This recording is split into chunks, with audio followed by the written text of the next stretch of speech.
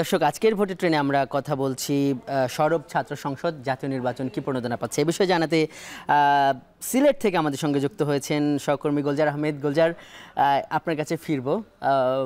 একটু মানুষেরা কি বলছে, এই যে একটার পর একটা ক্যাম্পাসে ভোটের ট্রেন ছুটে চলেছে, যারা এর আগে ক্যাম্পাসগুলোতে ভালো করে নাই তারা ভালো করছে, ভোট গ্রহণ হয়ে যাচ্ছে, 2 দিনেও ফলাফল পাওয়া যাচ্ছে না, কি বলছে এ নিয়ে এই তৃণমূলের মানুষেরা?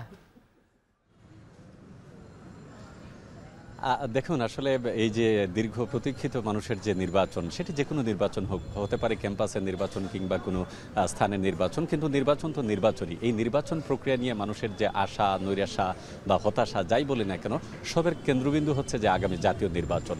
তো যেহেতু জাতীয় নির্বাচনের আগে প্রস্তুতিমূলক নির্বাচন হিসেবে, অর্থাৎ নির্বাচনের যে সার্বিক পরিস্থিতি সেটি দেশের মানুষ আসলে দেখতে পাচ্ছেন। আজকের কথা যদি বলি, অর্থাৎ জাহাঙ্গীরনগর বিশ্ববিদ্যালয়ের যে ফলাফল কাণ্ড নিয়ে যে হইচই, সেটিতেও সারা বাংলাদেশের মানুষই দেখেছেন। তো এই বিষয়ে কথা বলার জন্য আসলে আমাদের সাথে বেশ কিছু তরুণ ভোটার আমাদের সাথে রয়েছেন এবং আমরা যদি তাদের কাছে জানতে চাই, প্রথমে আপনার কাছে আমি জানবো যে দেখেন, ইতিমধ্যে 2টা নির্বাচন হলো, ডাকসু নির্বাচন, আজকে জাকসু নির্বাচন।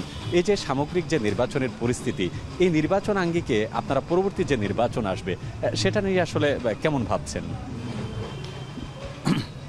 যে বিগত ফ্যাসিস্ট সরকার যাওয়ার পর 5ই আগস্টের পরে আমাদের সবার দেশের নাগরিকদের সবারই কাঙ্ক্ষিত উদ্দেশ্য ছিল যাতে যত তাড়াতাড়ি সম্ভব জাতীয় ইলেকশনে আমাদের অংশগ্রহণ করা।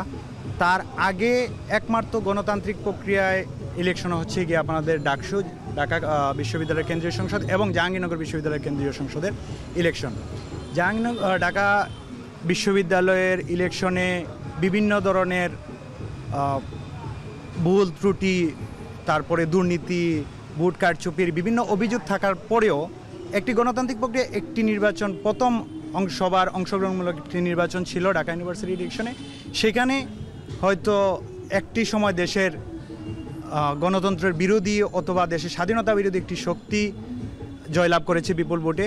সেখানে অনেক কারচুপির অভিযোগ রয়েছে এবং বিগত এখানে একটা বিষয় আছে, আপনি যে স্বাধীনতা বিরোধী বলছেন বা তাদেরকে ট্যাগিং করছেন, এই ট্যাগিংটা কেন? মানে সাধারণ শিক্ষার্থীরা যদি তাদেরকে চায় তাহলে আপনার সমস্যাটা কোন জায়গায়? হ্যাঁ, এইটাই হচ্ছে আমাদের ভবিষ্যৎ বাংলাদেশ এবং বর্তমান বাংলাদেশের জন্য সবচেয়ে বড় অশনি সংকেত হিসেবে আপনি ধরে নিতে পারেন। কারণ 1971 মুক্তিযুদ্ধে তাদের যে অবদান, তারা সেটা যদি স্বীকার করতো তাহলে আমরা ধরে নিতাম যে বর্তমান প্রজন্ম যারা স্বাধীনতা বিরোধী পক্ষের হয়ে বাংলাদেশে বর্তমান রাজনীতিতে জড়িত এবং রাজনীতিতে বিভিন্ন নির্বাচনে অংশগ্রহণ করছে, সেটা ভিন্ন একটা বিষয় ছিল। কিন্তু তাদের দোষ বা ভুল স্বীকার না করে ওরা প্রকাশ্যেই আমরা আসলে নির্বাচন দিকে যাচ্ছিলাম। যাক, আপনার সাথে কথা বলবো, আসবো পরবর্তীতে। আরেকজন রয়েছেন, আপনি যদি বলেন, আজকের জাকসু নির্বাচনে দেখেছেন নির্বাচন হয়েছে 48 ঘন্টা, প্রায় 50-60 ঘন্টা আগে, কিন্তু ফলাফল এখনো চলমান বা চলছে বা মাত্র প্রকাশিত হয়েছে।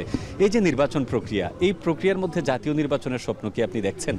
আসলে দেখেন, ঢাকা বিশ্ববিদ্যালয়ের ছাত্র সংসদের যে নির্বাচন হয়েছে, সেই নির্বাচন নিয়ে সাধারণ মানুষের এত উৎসাহ উদ্দীপনা কেন? উৎসাহ উদ্দীপনার মূল কারণ হচ্ছে বিগত 15 বছর মানুষ ভোট দিতে পারে নাই। অনেকেই আমি জিজ্ঞেস করেছি যে আপনি ডাকসু মানে কি বুঝেন? আসলে ডাকসু মানে কি উনি বুঝেন না। উনি বুঝতেছে যে বাংলাদেশে কোনো একটা বুট হচ্ছে, যেই বুটটা উৎসব মুখর পরিবেশে হচ্ছে, সেখানে বিভিন্ন রাজনৈতিক দলের ছাত্র সংগঠন তারা অংশগ্রহণ করছে। এই অংশগ্রহণমূলক নির্বাচনের যে একটা আবহ তৈরি হয়েছে ডাকসুকে ঘিরে, বা আজকে যে জাকসু, আজকে রেজাল্ট প্রায় অলরেডি পাবলিশ হওয়ার পথে, জাকসুকে ঘিরে সেই নির্বাচনগুলো মানুষ স্বতঃস্ফূর্ততা দেখিয়েছে শুধুমাত্র বুটের পরিবেশটার কারণে। এবং এই পরিবেশটা যদি অক্ষুণ্ণ থাকে, একটা নির্বাচনে 2টা ইম্প্যাক্ট থাকবে, পজিটিভ এবং নেগেটিভ। কিন্তু আজকে ছাত্রদল হারার পরেও কিন্তু ছাত্রদল ছাত্র শিবিরকে ওয়েলকাম জানিয়েছে। ছাত্র শিবির জয়ী হয়ে ছাত্রদলের, আমি দেখলাম মিডিয়াতে, বিপি ক্যান্ডিডেটকে ফোন দিয়ে বলেছে আমাদেরকে সহযোগিতা করার জন্য। বাংলাদেশে এই যে বুটের পরের একটা পলিটিক্যাল কালচার, এই কালচারটা আসলে পরিবর্তন হচ্ছে। ইতিবাচক। আমাদের সাথে যেহেতু আরো কয়েকজন ভোটার রয়েছেন, আপনি আসলে বলবেন, এই যে মানুষের যে প্রত্যাশার জায়গা এবং ফেব্রুয়ারিতে ইলেকশন হবে এরকম একটি কথাও রয়েছে বা সব ধরনের প্রস্তুতি এগিয়ে যাচ্ছে, খুব সংক্ষেপে যদি আপনি বলেন যে আসলে কি ভাবছেন আগামী জাতীয় নির্বাচন নিয়ে একজন ভোটার হিসাবে? আমি আসলে আগামী জাতীয় নির্বাচন নিয়ে আশাবাদী।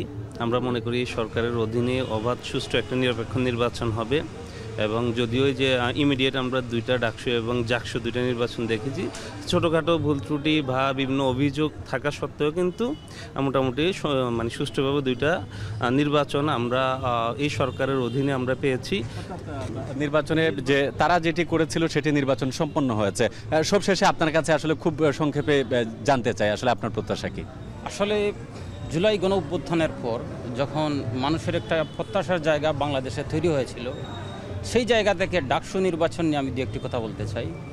মানুষ যে আশা করেছিল সরকার এবং ডাকসু নির্বাচনের যে বিষয়বস্তু, মানুষ স্বচ্ছতার একটা জায়গা খুঁজে পাবে, কিন্তু এই জায়গায় যে অনিয়মগুলো আমরা গণমাধ্যমে বা মিডিয়ার মাধ্যমে আমরা দেখতে পেরেছি, যে একটি দলকে আলাদাভাবে সেখানে সুযোগ করে দেয়া, এটি যে বিষয়টা হচ্ছে আমরা দেখছি যে এটা প্রমাণিত, অনেক আলাপ আলোচনা হয়েছে, ভবিষ্যতে সেটা চলবে।